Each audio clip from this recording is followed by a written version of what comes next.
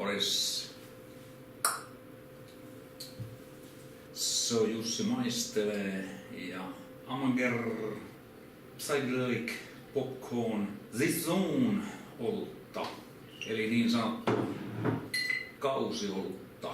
Saison, noin kömpelöllä ranskalla lausuttuna.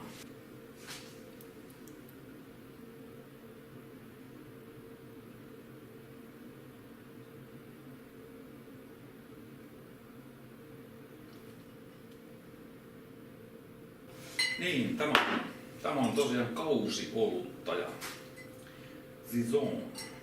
Saison. Ja prosentteja tällä kertaa vain 4,2. Eli omaan makuuni aika mietoa, sanotaan kevyt olutta. Testataan.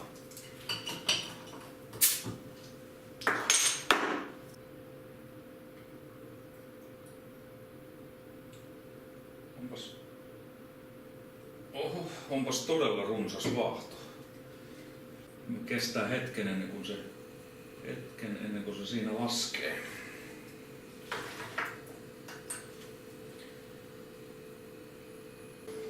Ja kuten tästä rekvisiitasta voimme taas päätellä jotain, niin jos voimme päätellä, kun voimme. Eli tänään on tosiaan niin sanottu Halloween, eli pyhäinmiesten päivä, eli kelttien Samhain juhla, eli jatkamme Samhain juhlaa. No niin, vaahto on tosiaan todella runsas ja alkaa nyt menemään hieman höttöiseksi. Äsken se oli sellaista todella tiivistä, nyt se alkaa olemaan reunoilta alkaa niin sanotusti sulamaan tai painautumaan tuonne ja keskellä on todella tiivistä tuo vaahto tuossa. Jokos tästä mitään saa irti. No, todella semmonen sitruunainen, oikein mukava tuoksu. Sitruuna ja semmonen, onko siinä niinku lime tai joku. Joo, sitruuna, lime. Ja ihan vähän niinku aavistus banaaniakin. Semmonen niinku mielenkiintoinen hedelmäpommi. Jännästi tuo keskelle jää semmonen niinku korkeampi töyräs tossa ja niinku reunoilta se alkaa painautumaan ihan tonne. Mutta mukava tuoksu ja niinku todella hedelmäinen. Sanotaan, että todella raikas tuoksu. Saisiko tästä jo irti mitään makua? On paljon kyllä vaahtoa tossa, että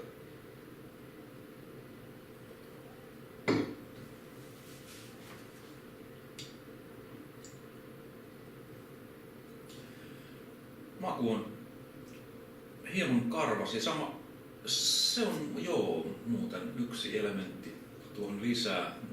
Nyt sen niin kuin maussa huomasin, ja mikä varmasti myös tuoksussakin, niin se on siinä on semmoinen kreippimäinen, semmoinen vähän karvas. Mutta itse kyllä pidän kreipistä, varsinkin verikreipeistä, niin tämä on minun mielestäni todella hyvä.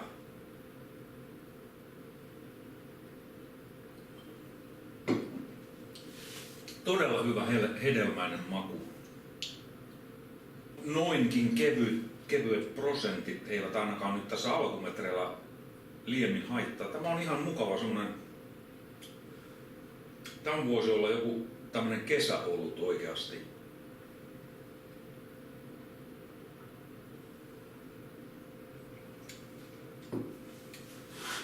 Mutta sanoisin, että se on raikas. Kaadetaanpas vähän lisää.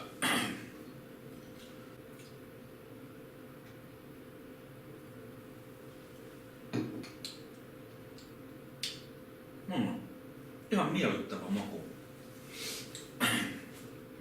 Hapokkuus, mikä juurikin sopii. Tämä on kyllä aika hyvä kyllä tämmönen kyllä mieltäisin tämän jonnekin tuonne kesäolueksi. Että minä laittaisin tämän johonkin kalapöydän kaveriksi. Tämä vaatii jotain pientä naposteltavaa. Ei ehkä näin paljalta, että jotain siinä pitää olla. Niin kuin yleensä pitää näissä oluen hiivistelyissä ollakin, että oman tyylinsä ihan hyvä edustaja. Niin kuin tämmöiseen kausioluen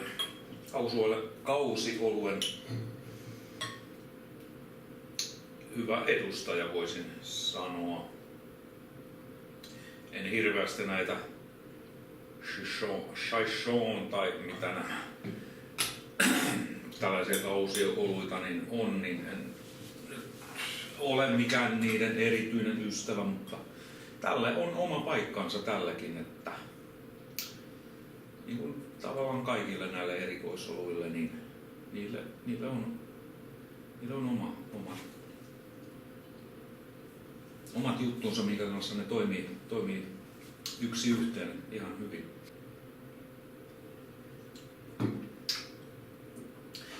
No, ei nyt mitään omaa favorittia ole. Tykkään tosiaan tummista oluista, mutta kyllä tämä menee juuri näin, että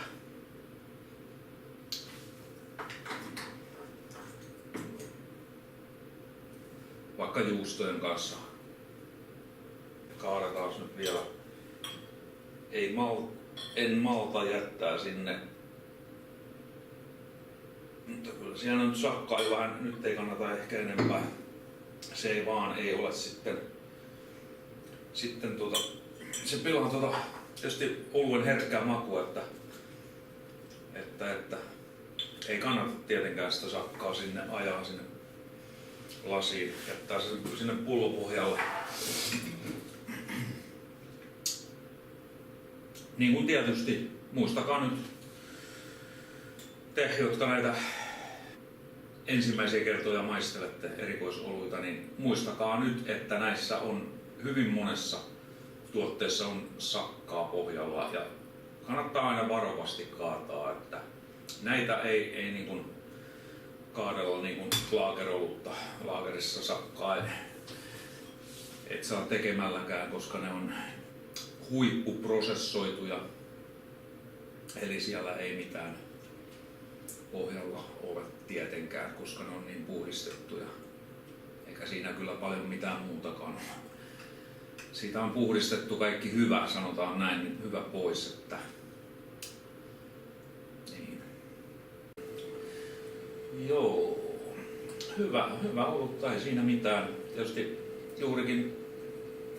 juuri koko ajan tässä nyt on tämä loppukolmannes ja samat elementit koko ajan tässä säilyvät mitä alusta lähtien, että hyvin niin kuin on maut. Ei latistu eikä laimistu.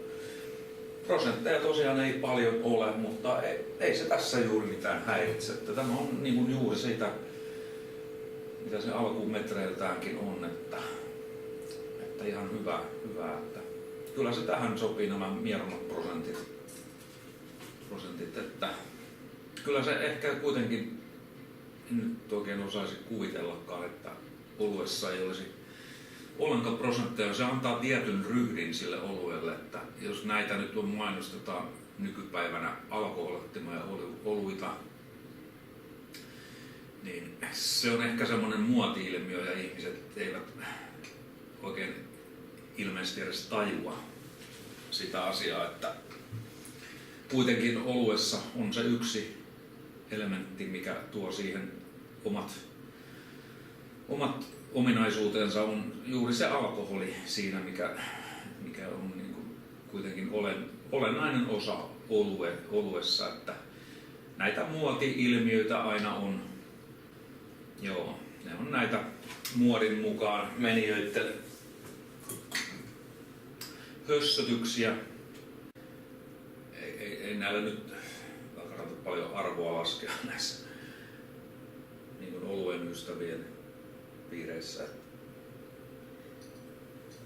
jokainen oluen ystävä varmasti ymmärtää tämän.